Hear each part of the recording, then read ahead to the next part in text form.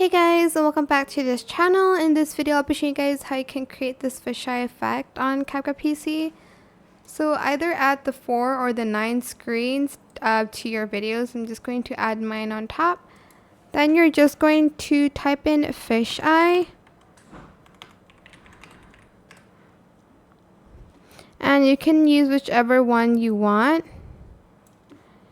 You can adjust the size a little bit too, the range, the filters. I like just having the filter off, as well as the twist. You don't want too much, but you'd want enough, and that's pretty much it really. You can add in overlays, some animation to your videos, but that is it for this video. I hope it was helpful for you guys. Don't forget to like, comment, share.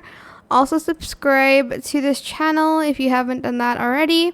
If you have any more questions about this video, just leave it in the comment section as well. And if you find this video helpful, please click the thanks button. Thank you so much for watching. Bye.